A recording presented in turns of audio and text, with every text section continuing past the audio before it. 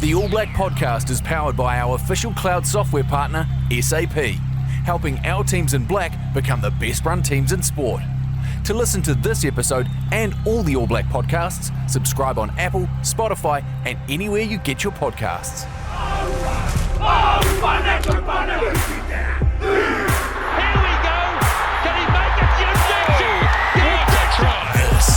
This is the All Blacks podcast. Kia ora whanau and welcome to the All Black podcast powered by SAP. And in this episode, we're going to discuss the 2015 Rugby World Cup with former All Black captain and All Black number 1014. Welcome back to the podcast, Richie McCaw. Thanks, mate. It's good to be back. Appreciate it, mate. It's always good to get you up here when you're in the 09, but look, you don't play footy anymore. I think you're aware of that. It's been a while ago now that you strapped on the boots. You still look like you could, but I think that probably suggests that you still scratch that competitive itch a little bit, and no God's Own this year, which I personally think is a fantastic decision because, you know, that's a big undertaking, but did do the coast to coast at the start of the year, and how did that go? Was it, did it go well? Was it good times? Yeah, it's nearly 8 years since I last had a run around the rugby field, and when I watch these days, I'm quite glad I'm not running around, seeing how physical it is at times. But I still like to, I guess, keep fit and have something that keeps you fit. And when you enter into races like the coast to coast, it sort of just gives you that little bit of drive when you don't really feel like doing too much to do it. And so that was in February, and so I had a good summer of training, and I do the 2-day, which is a little bit less in terms of the real edge, because if you did the longest day, that really does sort of put a bit of extra pressure on to get the training right. But we did that. I do it in the tandem, so you do the whole thing, but do it with a teammate, and it's quite good fun training over the summer together, and we got through it all right, and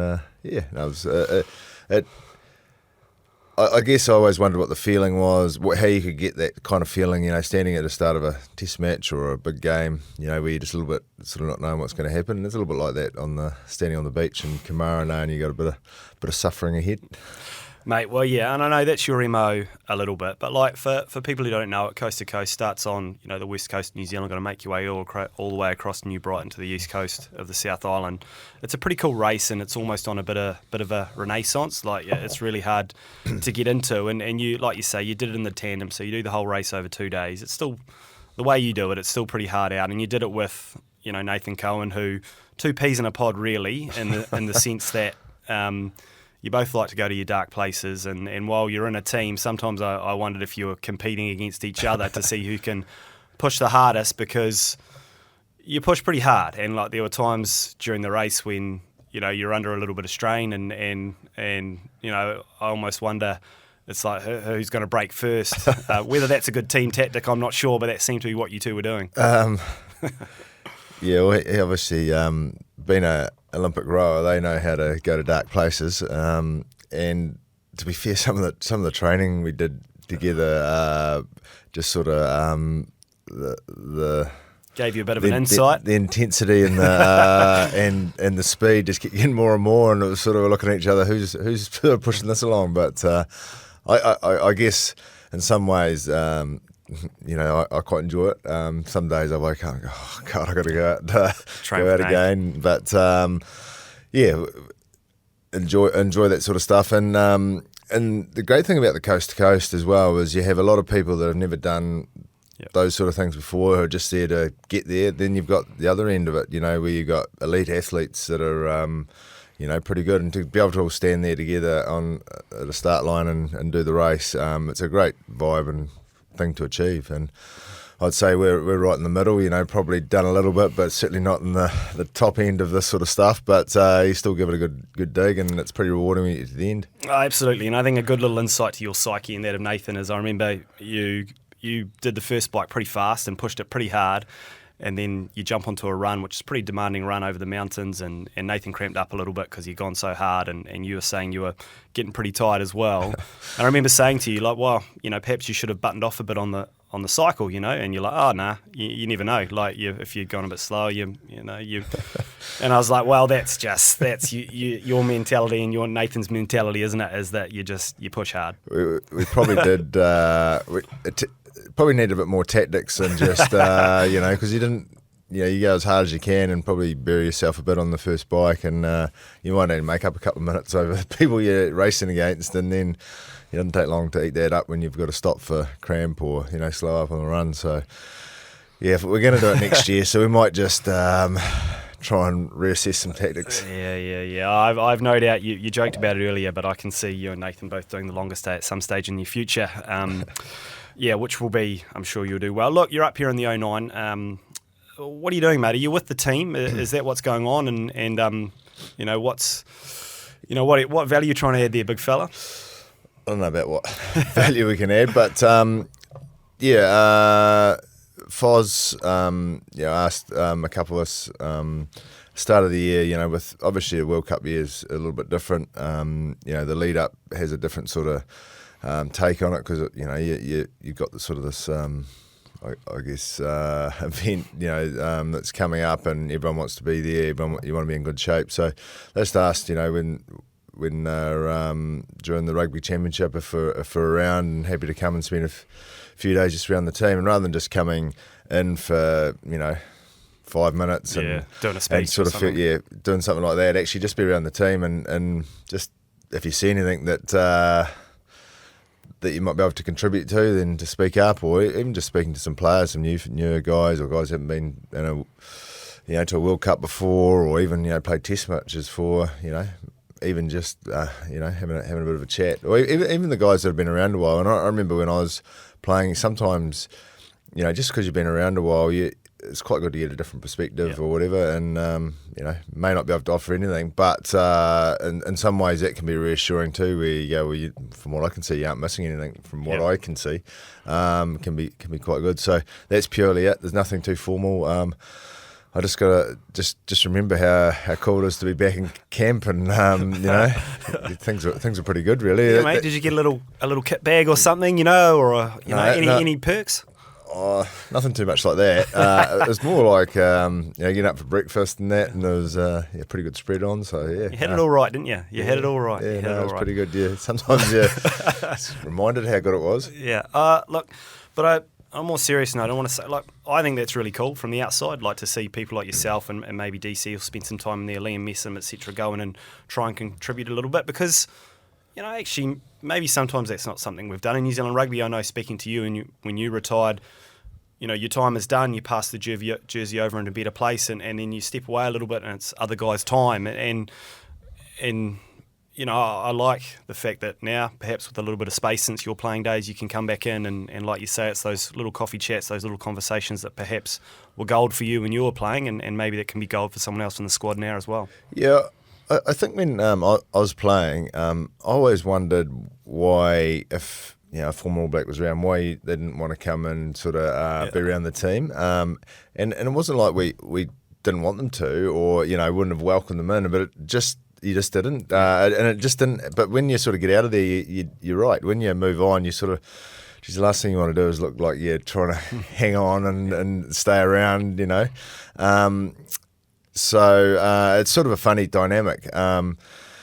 I think, you're right. When you've been away a while, and there's the opportunity, asked to, perhaps be around. I know when I was a player, if that had happened, I would have welcomed it hugely, And so, it does feel a little bit awkward to start with, but it's also so pretty cool to see what's happening and see close up. It's easy, from the outside to wonder why things are happening the way they are, or what's happening on the field. But when you start, you see actually how they get to Saturday, you get reminded that it doesn't always go the way you want, because that's what sport's about. But some of the hard work and that goes into trying to get things right. It's just like when I was there, and people work extremely hard. A lot of people put a lot of effort in to try and get things right on Saturday, and it's the subtle little differences that can make differences when you're at the pointy end. Mate, I think it's something we're doing better. It's great to see you getting involved. It's great to see Smithy have a role within New Zealand Rugby. Some of the stuff he did with the Black Ferns last year, bringing in Ted. I know you did a little bit of stuff with them as well. So I think it's awesome. It's a good shift, and long may it continue. Look, as you said, mate, 2015 is a very long time ago now, Richard. Life's changed a lot. Like, transition's a big thing, like for All Blacks coming in. Like you say, it's a cool environment. It's a high-pressure environment. Like every Saturday, there's an expectation around how the team does, but also it's really well set up. Like it's a great environment to thrive in, like you've just chatted to before. Did you put a lot of thought into what you did afterwards? How's that gone? Like, in 2015, weren't married, didn't have kids, and fast forward to today, still look like you could chuck the boots on, but You've got some kids, you've got family, and and haven't played footy for 8 years. Like, how's it gone?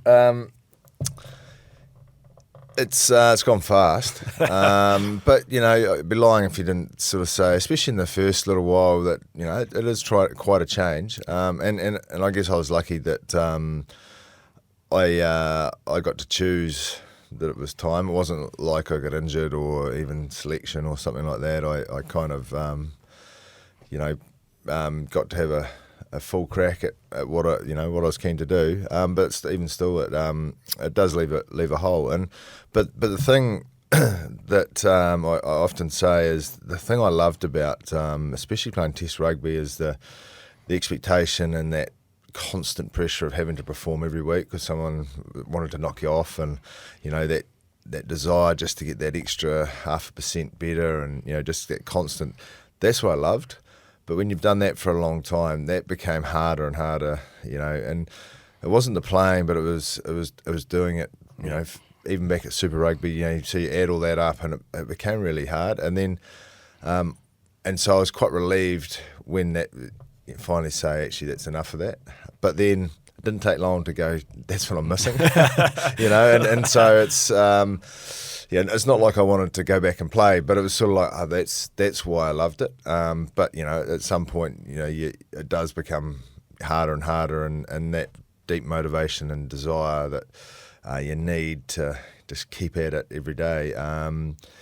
It's not a never-ending barrel. You do get to the bottom of it. So I guess when I finished, there was the things like I didn't necessarily want to ever be back out in the field, but the things I really missed is that anticipation of getting to a Friday and you go, man, big game tomorrow and I need to get all these things right, and also the fact that you're never the finished product. There's always something to work on, so you're sort of always learning and looking for ways to get better, and the other bit was that feeling afterwards. After a game where you're sitting there after having had a big week, bunch of guys have all gone and put it all out there, and hopefully if you've been successful, that reward of sitting in the changing room with the guys that you've done it with, that's the bit you miss, and I guess you try to find different ways to satisfy that, being part of a team, whether it be at work or you mentioned like the Godzone venture race, like that added,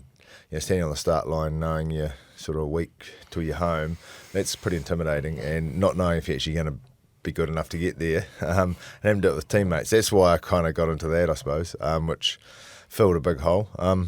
But and your priorities change when your family comes along and stuff, and it's been a pretty cool new chapter, really. Richie with 3 little girls. Who would have thought, eh? How good. Look, mate. Keep you on your toes. I want to talk to you, like you're here to talk about the 2015 World Cup. I want to ask you a couple of things first, like around, like your first World Cup you went to, 2003 in Australia. Can you even remember going into that tournament versus going into 2015? Was it polar opposites? Was actually, in many regards you did the same thing, or can you sort of look at that evolution of yourself and the team over that long period of time? Obvious difference being in 2003, the All Blacks hadn't won for a wee while, and that monkey was still there around the World Cup. 2015 was different. You're able to win at home, which was fantastic. Yeah, quite different. I guess from a personal point of view, I was sort of only my second full season playing Test rugby, and I never really appreciated the difference when it comes to a World Cup. We'd actually had a successful Tri-Nations we'd beaten the South Africans in South Africa by 50 points. The following week we beat the Wallabies in Sydney by 50 points. And then we had a couple of tighter games to get back the Bledisloe that we hadn't had for a long time. So we thought we were going along pretty good. And it was a bit like, I sort of thought, well, we just turn up and play like that, we'll be able to win the World Cup. And so we didn't really, we just almost treated it like, it's just another test match and those sort of things. And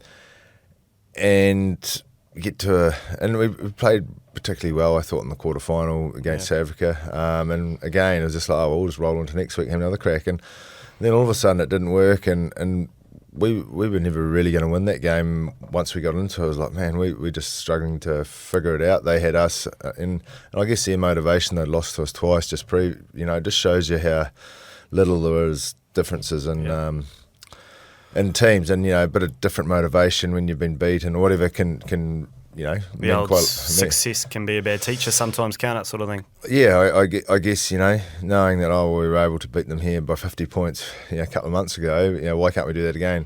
But I think when we were disappointed, but it was, I guess for me, I was like, I might have another crack at it. It was, it didn't really burn as deep as it should have. Yeah. On reflection.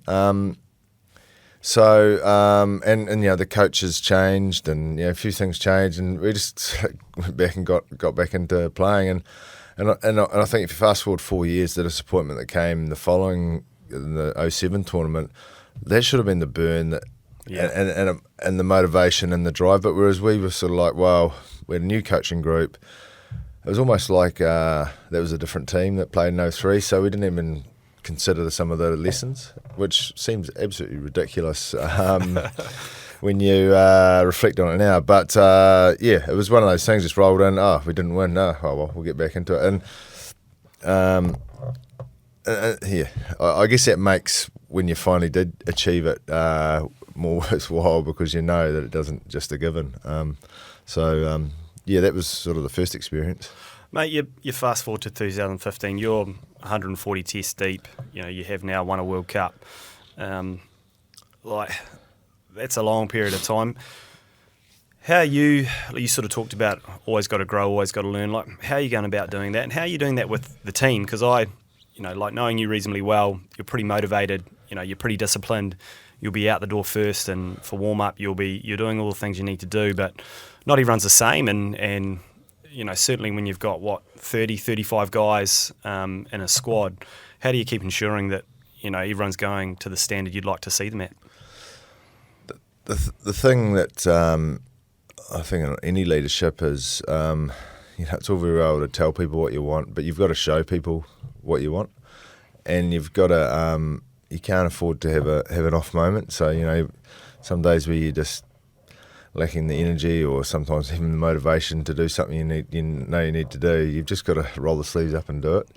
And that's one of the things that is hard, and what can be pretty draining when you're a leader. But that's one thing I always prided myself on, and it wasn't just to show them. It was because I knew if we were going to be successful, I didn't want to have anything where I look back on and go, geez, I took the easy option here somewhere. To be successful, once is kind of the easy part. It's actually how you repeat it time and time again. And I think after 2011, as a team, we started to, certainly from a senior, coach's leadership, how you can start doing it relentlessly. And, for newer guys that perhaps hadn't been exposed to that, that's where they take their inspiration and understanding what's required by what they see. You start to feed off each other, because you just don't want to stand still. And I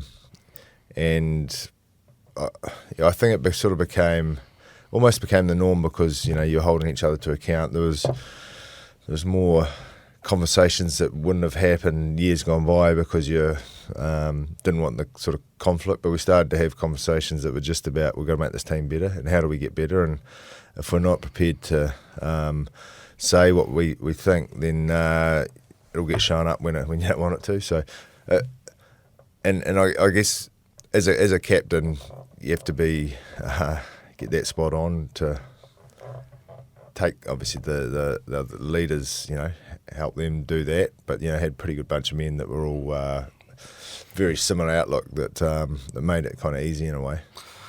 Mate, you didn't officially retire until after World Cup. Was that maybe a decision you made in your head beforehand, just to almost give, I don't know, a bit of clarity going into the tournament, or actually you genuinely made that decision later on? Well, I knew I wasn't going to be playing the following year because I didn't have a contract. But I didn't want to. First of all, I didn't want to make it about, this is the last time I do this or whatever. I kind of knew that, but if I really got to the end and decided, hell, I still want to keep playing, I'm sure I could. The door, I hadn't said I was going to give up. The door was still that tiny little bit ajar, and I probably could have figured out a way to carry on. Yeah. But if I'd said, no, I'm retiring, the door was almost shut. Yeah. Whereas I didn't really want that. That might sound really silly, but I knew that I was. That I was giving, going to be giving up. But if on the off chance things changed, and who knows what, how the World Cup, I just wanted to have that little door just a little bit ajar. But when the final whistle went in 2015, there was a little moment where it hit me. I was going, hell, this is my last game of rugby, and this is it. And all of a sudden, I became almost disappointed. But then I was. A flip second later, I was like, well, we've just won the World Cup. I'm going to enjoy every minute I've still got wearing the jersey. And I made sure I did that. And that was it, eh? Not a charity game, not a golden oldies game, not a nothing, eh? It was the last time I put on the boots to play rugby. Yep. And Stephen Donald's out there getting it done, mate, still today, but you genuinely have not put the lace them up one more time, have you? No. I knew pretty quickly afterwards that, you just know you can't do it again, and I just said I just don't need to prove it. Yeah, mate, 100%, great, cool. Let's talk a little bit about the tournament. I remember being back here in New Zealand.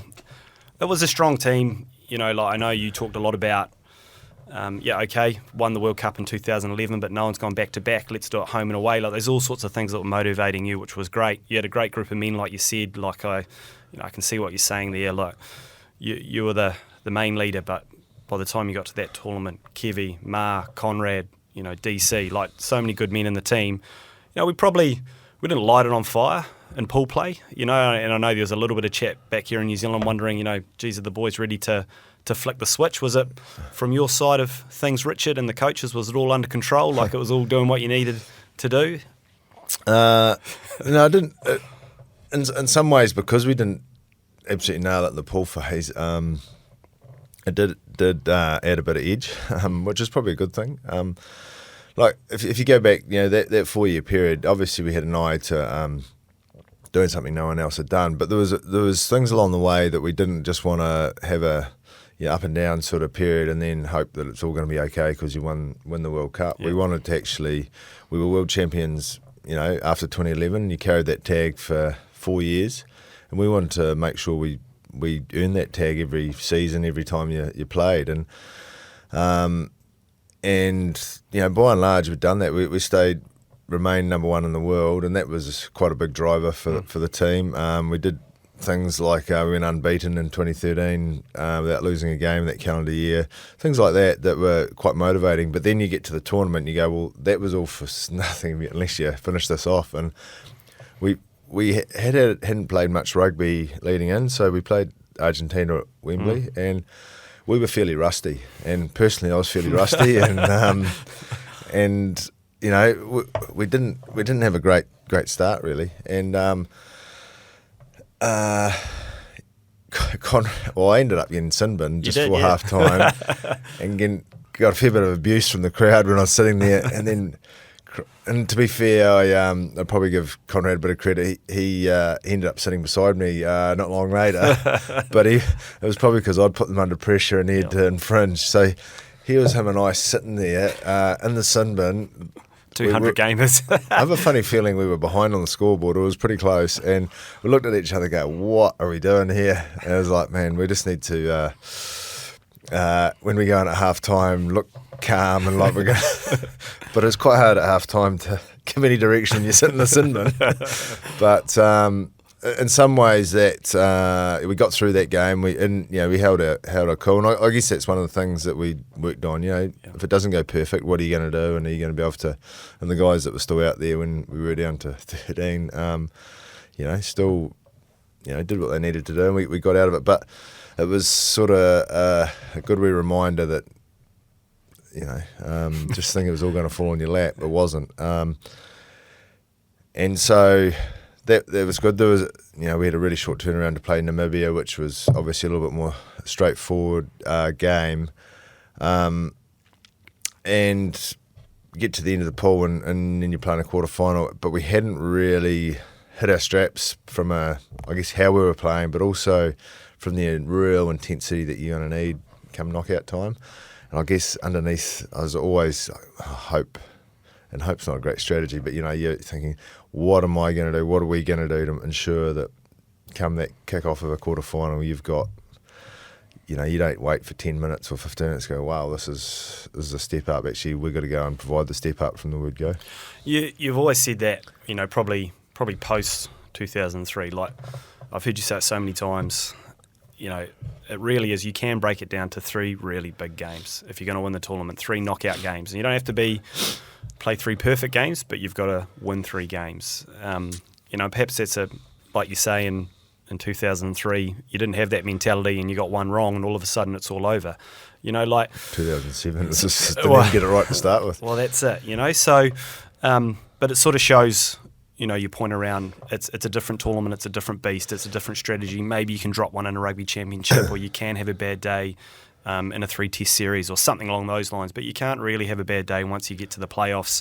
And also, and I know wasn't heaps of guys left over from the 2007 World Tournament, but I can tell you right now, someone like myself as a fan was thinking it's France, it's in Cardiff, it's a quarter final. I don't like that. I don't like that one little bit. And team was making all the right noises around.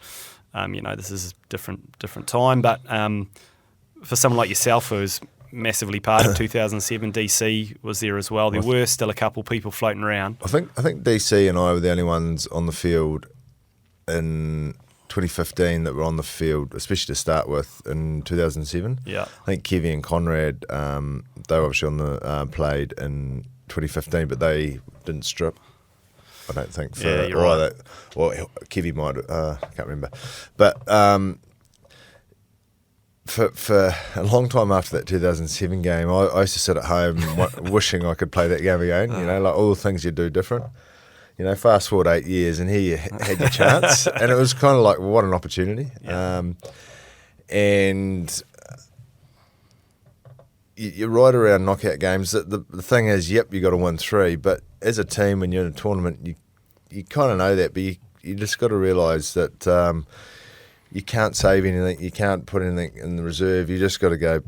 There's a final on Saturday, and we've got to throw everything we've got at it. And if we're good enough to get through, then you got to reassess and do that again. And that's what makes it tough. Like this, you see how many teams play particularly well, maybe in a quarter or semi, but don't actually back it up the following week. And like the French, after we played in 2007, had a massive game, then they got beaten the following week. In some ways, that's what happened to us in 2011, where we got away with it, but we had our massive performance against the Wallabies in the semi-final, and the French had been just scraped through, and then so you got 2 quite different,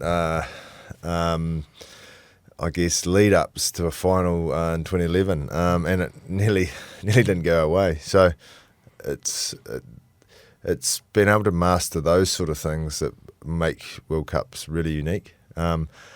The French game in 2015, you're right, we played some superb rugby, scored some amazing tries, and really just, we didn't... Was that brewing? Like you always talk around, having that edge, being on edge, like making sure that you're where you need to be, and like you say, hope's not a strategy, but like in the week leading up, did you feel... Because there's, I think we can say now, like, yep, we didn't set the world alight in pool play.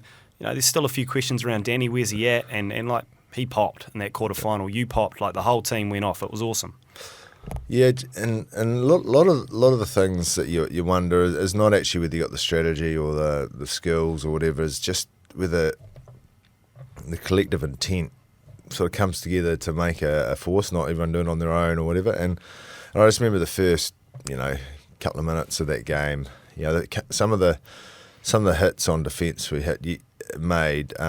This is a step up, and the boys were here, and it was sort of like almost kind of relief. We're good today. It still didn't guarantee anything, but actually that motivation, that desire was there, and it wasn't like we had to try and find it. It was there, so it was a matter of just making sure we did what we need to, and you get a couple of scores and then you get on top. And the one thing about that game, I was on the sideline for the last 15. I might have been beside Conrad Smith, and I was loving it because we were going good, but we looked at each other and I don't know if this is going to help us for next week. Yeah. We don't want to get ahead of ourselves here. As much as you love this, it sort of means nothing now. We need to be thinking about next week now. God, you're a bloody grim bugger. But no, there's I mean, God, that's what I want to talk about is like had that win, a great performance, and like you say, I'm sure for a short period of time you're allowed to be excited. Sitting there in Cardiff, looking around at something that 8 years ago had been such a struggle and now in a great place. But then the next week, the old foe, South Africa, they weren't really tracking that well, to be honest. And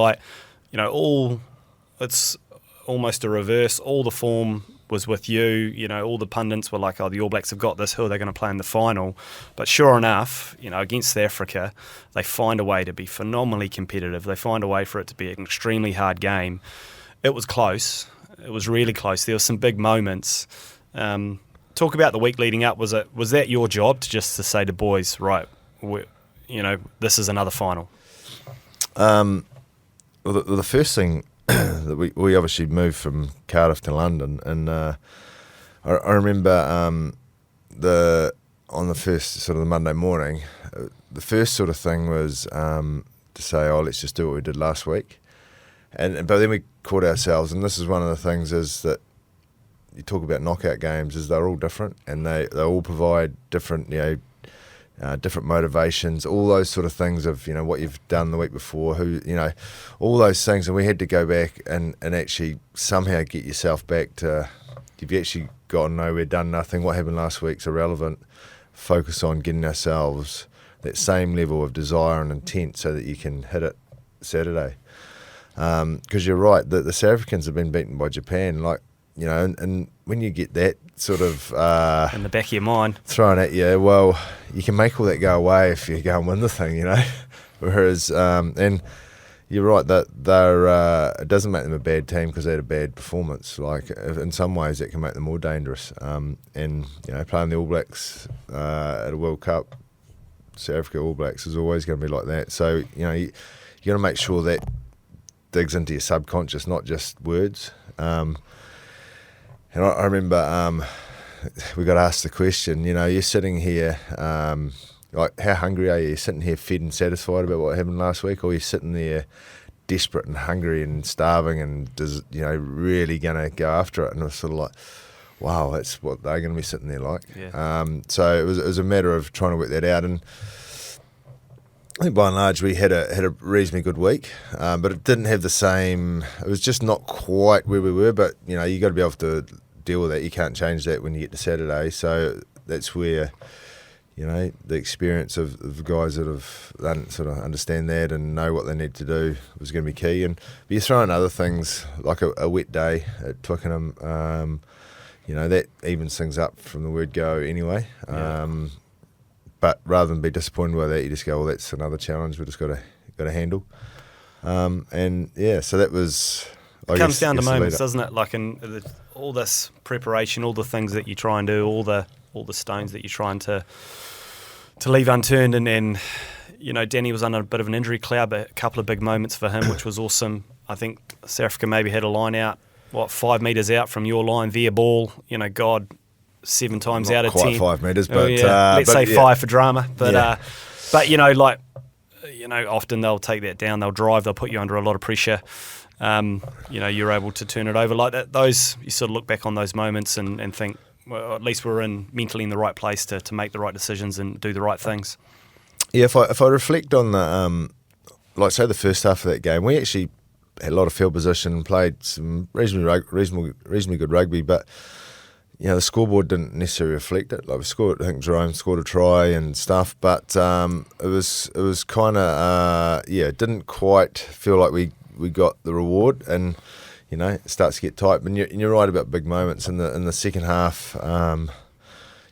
Perhaps 8 years earlier, we'd been questioned why you didn't take drop goals or something like that, and it was a bobbling poor line out from us that we managed to win, and DC knocked over it. It was probably about 40 out a drop goal. Like those moments, you could tell that sort of from the South African point of view, it was like couldn't do anything about that, and then you're right.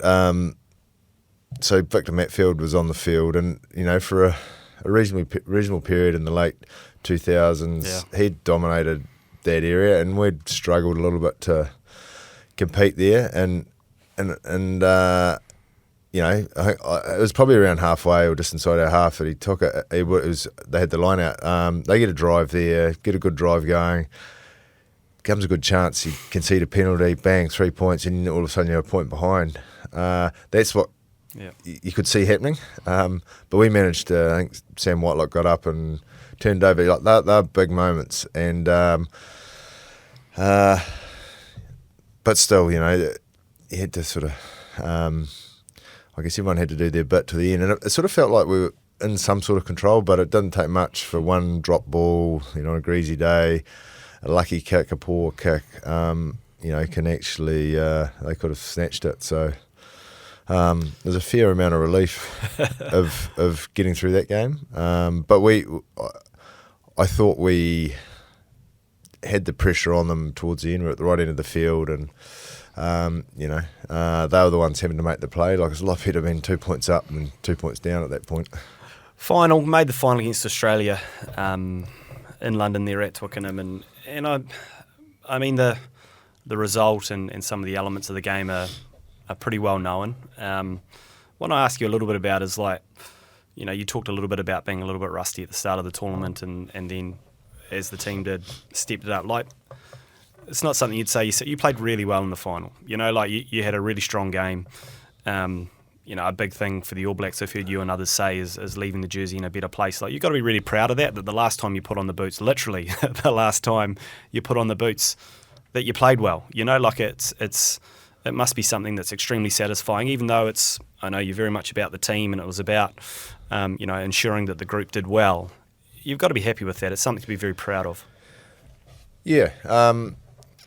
One of the things that when I did decide to hang up the boots, I always thought about, you didn't want to limp to the end just because you're either captain, and so they pick you because you sort of go, oh, well, you're captain. You actually want to be out there still having an impact. And I remember even the week, like a Thursday training, I'd always do some extra sort of drills and stuff into training, which, whether they were going to help on Saturday, not sure, but it would have been easy to go, last week you just sort of, but I made sure I did all those things that I'd done every single time, right up to that last minute, because I didn't want to think past that final whistle, and I was still aiming to put the perfect performance together. That's the sort of attitude I had, and you're right. Once the game finished, if I was to reflect from a personal point of view, I felt like I probably had the best game I'd played in quite some time, and I know that contributed to the team. But you look across the guys, especially the half a dozen guys who've been around a long time that played that day. They all played some of their best rugby. You think of DC, Ma, Conrad, Kevy. They all contributed like they were as good as they were in the younger days, but with that experience and knowledge and knowing what to do. And I think that's one of the things that when the game finished, I know it was that sort of group that were moving on. You knew that you'd done it right to the end, and I think that was something that we're extremely proud of. Another thing I'd say about the final, we played some great rugby for a fair chunk of that game, especially in the first half, which, again, the scoreboard didn't totally reflect. Early in the second half, I think Ma scored, and I felt we were on the verge of, if we could just get the ball back and get might only one more score, we were the game was going to could potentially open up a bit, in our favour. But we got tested when we got a yellow card, and they got back into it, and all of a sudden, but in some ways that's kind of good that we had to have that period. Like at the time, it would have been nice not to have, but the fact that we did get tested a bit and had to draw upon some of those experiences and keeping calm, all that sort of stuff, made the memory probably even more special.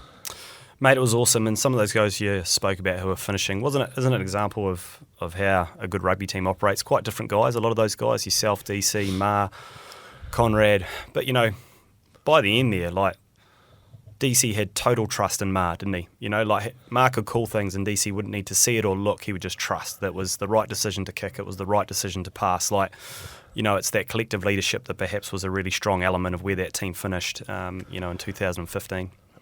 Oh, there's no doubt about that, and you're right about all being different characters. If they're all the same as me, and you wouldn't challenge each other, or you wouldn't come up with different ideas or whatever. But one thing that we did do is out in the field, we you're right, use the word trust. We trusted that we knew what we wanted to do collectively, and within our sort of little groups on the field, or even leading into it, ensured that that the standards we were after and how we contributed were all about the team. And I think that's something that I think I reflect on.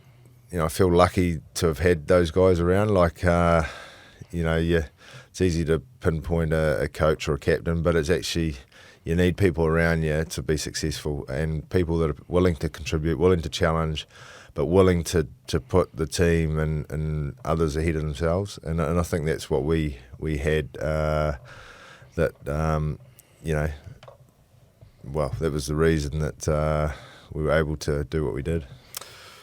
Thank you so much for coming in, mate. I know you're off to the World Cup this year in France. Predictions, how do you think we're tracking? I know we've got 4 pretty good teams on the same side of the draw, and perhaps if a couple of teams can come through that side, they'll be in good nick. All saying that on the other side, perhaps some teams have an opportunity to get to a semi, and maybe if they get a couple of games right in a row, they'll be in the mix as well. We always say this before going to it's very open, or certain teams, lots of different teams could win, but it's got that feel a little bit. It's pretty ruthless on the All Black side of the draw. Yeah, a couple of things I'd say about that. It's from a punter's point of view, it's exciting. And you think about, I was in the Northern Hemisphere went last year, and they're all excited because they think there's an opportunity for everyone to potentially win it. But the thing from a team point of view, like the All Blacks, is nothing's actually changed. And one of the things I learned in 2007, we looked at the draw and who might play. That's actually irrelevant. You've got to win 3 massive games, and you're going to be playing against teams that are all capable of beating you, and you've got to need to be at your best. So whether you're on that side of the draw, the other side of the draw, actually, who cares? Yeah. If you're going to earn the tag world champions, you need to beat 3 of them in a row, and just for everything else is just noise about who does what. And so the interesting thing will be playing the French first up, which will send the 2 teams on the different sides of the draw. I'm looking at it from a punter's point of view. That could easily meet up again, and history could repeat. But it's going to make it pretty interesting game to see at the start, certainly from a punter's point of view. But I think you look at the talent we've got in the All Black team, there's as good as anyone in the world. And from what I see, how they're working together and what they want to do and stuff. It seems very similar to the times and it's not very often I've sort of wished it'd be great to still be young enough to still do it, but it's great to be able to see. So we'll just watch with excitement. Mate, good on you. Good on you for being up with the team and getting involved this week. Thank you for coming in and contributing to the podcast. Fascinating to hear your experiences and memories from previous World Cups, and most specifically 2015. Enjoy the tournament this year. Like you, be watching as a punter and a fan, and I hope the team go well. I've certainly been impressed with what they've been doing over the last wee while. So appreciate it, mate, and have a fantastic day. I know we're both off to the rugby tomorrow to watch New Zealand play South Africa at Mount Smart, which will be awesome. Can't wait. Cheers, mate. The All Blacks podcast is powered by our official cloud software partner, SAP, helping our teams in black be the best run in sports. Hosted by Rob Dunn in the Hargrave Street studio. Produced by Carl Thompson from Blue and Ginge, the podcast producers. Video editing by Mac Leesburg, graphics by Western Design, content advising from Andy Burt, and commercial manager for the podcast is Valeska Hoth. Follow the All Blacks podcast on iTunes, Spotify, YouTube, and anywhere you get your podcasts.